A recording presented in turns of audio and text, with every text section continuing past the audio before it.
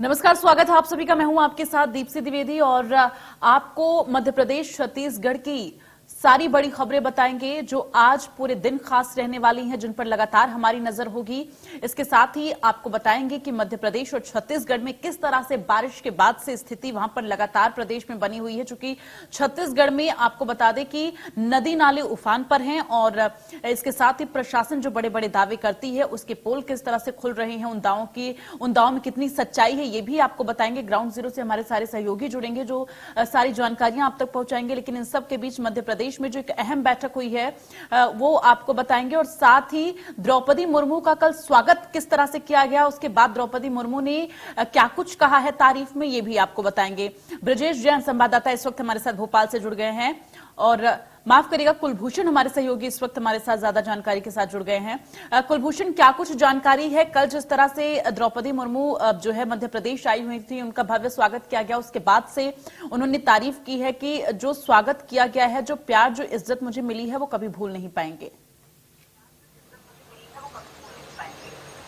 बिल्कुल कल जो है एनडीए के राष्ट्रपति उम्मीदवार द्रौपदी मुर्मू भोपाल पहुंची थी और एक भव्य स्वागत द्रौपदी जी का राजधानी भोपाल में किया गया था। स्टेट नगर में आदिवासी संस्कृति, जो परंपरा है, जो वेशभूषा है, जो आदिवासियों का लोक नृत्य है, उस परंपरा के अंतर्गत जो है द्रौपदी जी का भव्य स्वागत कल राजधानी भोपाल में किया गया था और उन्होंने अभिनंदन भी स्वीकार किया। इसके साथ ही आभार व्यक्त किया आदिवासी भाई बहन का, आदिवासी हर वर्ग का, जो सुबह से ही खड़े होके उनका जो लोक नृत्य करते हुए नजर आ रहे थे। बारिश का मौसम था लेकिन इस बीच एक भव्य स्वागत करने के बाद जो है द्रौपदी जी ने उनका आभार व्यक्त किया है और उनका साफ तौर पे कहना है कि अभी तक किसी भी राज्य में इतना भव्य स्वागत नहीं किया गया, वो कभी ये पल नहीं भूल पाएंगी। इसके साथ ही अगर हम बात करें तो उसके बाद मुख्यमंत्री निवास में शाम 8 बजे कैबिनेट के तमाम मंत्री और विधायकों की एक बैठक हुई। बैठक में जिला पंचायत, नगर पालिका, नगर परिषद में जिन अध्यक्षों को चुना जाना है, पार्षद अध्यक्षों को चुनेंगे, तो इसको लेकर जो है बैठक हुई है। इसके साथ ही जिला पंचायत के अध्यक्ष को लेकर भी चर्चा की गई है कि कैसे बीजेपी के जिला पंचायत अध्यक्ष बने। इसको लेकर तमाम दंड भेद यहाँ पर करने होंगे, क्योंकि अगर अभी देखा जाए तो 50-50 मामला नजर आ रहा है। जो जिला पंचायत के सदस्य है वो जिला पंचायत के अध्यक्ष को चुनेंगे और अध्यक्ष चुनने के लिए अब यहाँ पर जो निर्दलीय प्रत्याशी है, जो अन्य दलों के प्रत्याशी है, उन पर डोरा डाला जा रहा है। तो यहाँ पर विधायक और मंत्रियों को साफ तौर पे ये कहा गया है कल की बैठक में कि सबसे अधिक जो है जिला पंचायत के अध्यक्ष कैसे बीजेपी का बने, इसको लेकर एक टारगेट जो है विधायक और मंत्रियों को दिए गए हैं। इसके साथ ही जो जिताऊ पार्षद है, क्योंकि कल जो है मतगणना होनी है 17 और 20 जुलाई को, तो जो पार्षद जीतेंगे उनसे बातचीत की जाए, कैसे उनके बीच पहुंचकर सभी पार्षदों के से चर्चा की जाए और समान बात करने के बाद अध्यक्ष के चुनाव को लेकर जो है पार्षद के बीच में ही किसी सीनियर को कैसे नगर पालिका और कैसे नगर परिषद के अध्यक्ष बनाया जाए, इसको लेकर जो है मंत्री और विधायकों को मुख्यमंत्री ने टारगेट दिए हैं।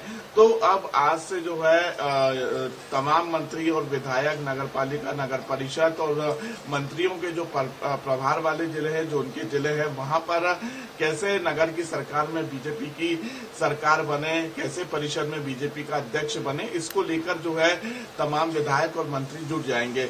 वहीं कांग्रेस की अगर हम बात करें तो कांग्रेस ने मतगणना के लिए दिग्गज नेताओं की तैनाती की है। भोपाल और इंदौर में दिग्विजय सिंह और सुरेश पचौरी जो है जिम्मेदारी संभालेंगे। इसके साथ ही पूर्व वित्त मंत्री तरुण मनोहर कटनी में जिम्मेदारी संभालेंगे। ऐसे तमाम नेताओं को, पूर्व मंत्रियों को, दिग्गज नेताओं को अलग अलग नगर निगम की यहाँ पर जिम्मेदारी दी गई है, क्योंकि मध्य प्रदेश में 16 नगर निगम की सीटें हैं और 16 की 16 बीजेपी के कब्जे में है। लगातार जो है कांग्रेस का ये कहना है कि ईवीएम में कांग्रेस ने गड़बड़ी की आशंका जताई है। ऐसी स्थिति में कैसे ईवीएम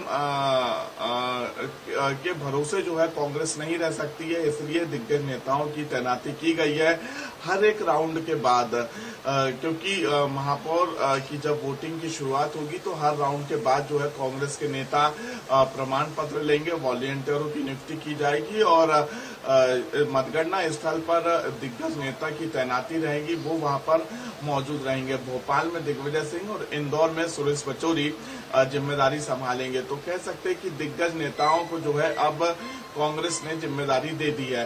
मध्य प्रदेश में अगर हम मौसम की बात करें तो मौसम सुहाना है, काफी तेज बारिश गरज चमक के साथ मध्य प्रदेश में होती नजर आ रही है। मौसम विभाग ने मध्य प्रदेश में आने वाले 24 घंटों में अलर्ट भी जारी किया है और कई जिलों में जो है आज तेज बारिश होने की संभावना जताई। ठीक है सिकंदर खान, छत्तीसगढ़ राज्य की अगर हम बात करें तो आज पूरे दिन क्या कुछ खास रहने वाला है, इसके साथ ही मौसम को लेकर क्या कुछ जानकारी है और कोरोना के केसेस को लेकर क्या कुछ जानकारी है?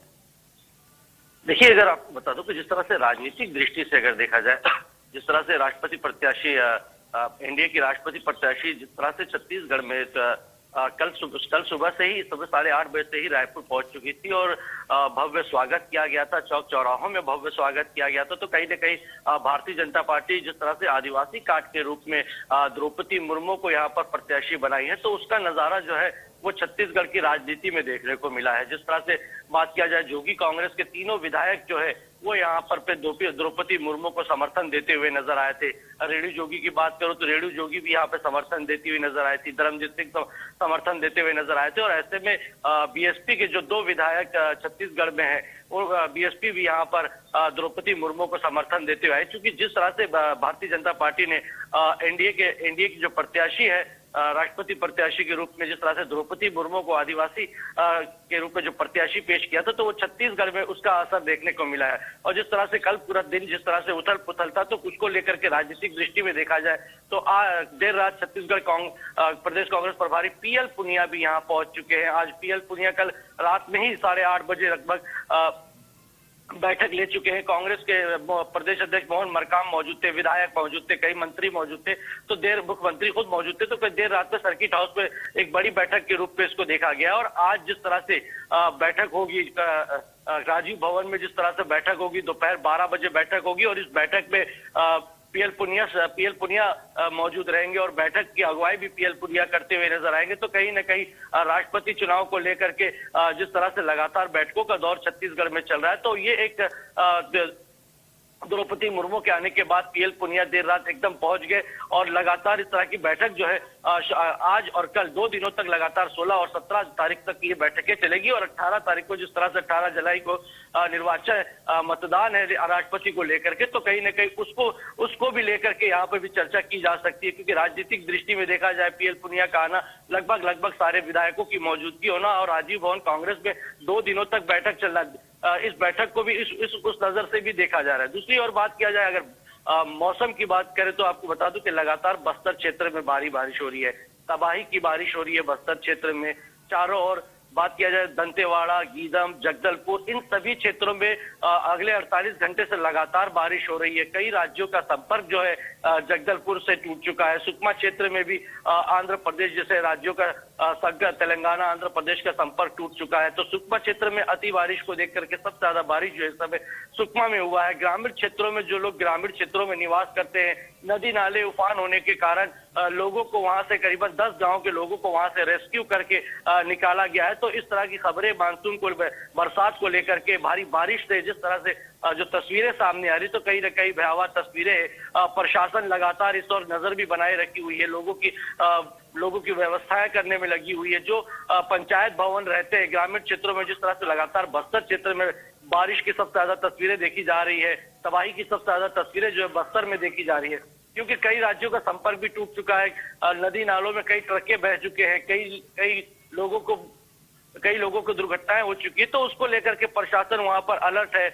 बस्तर क्षेत्र में बारिश को लेकर के प्रशासन ग्रामीणों के लिए व्यवस्थाएं बना रही है। जो पंचायत भवनें हैं वहां पर व्यवस्थाएं बना के ग्रामीणों को सुरक्षित जगह पर पहुंचाया जा रहा है। जी ठीक है सिकंदर, और आप दोनों लोगों का रुख करेंगे, बने रहिए हमारे साथ इसी। मध्य प्रदेश, छत्तीसगढ़ की हर खबर सीधे आपके मोबाइल फोन पर। अभी सब्सक्राइब करें हमारा चैनल और पाएं पल पल की खबर।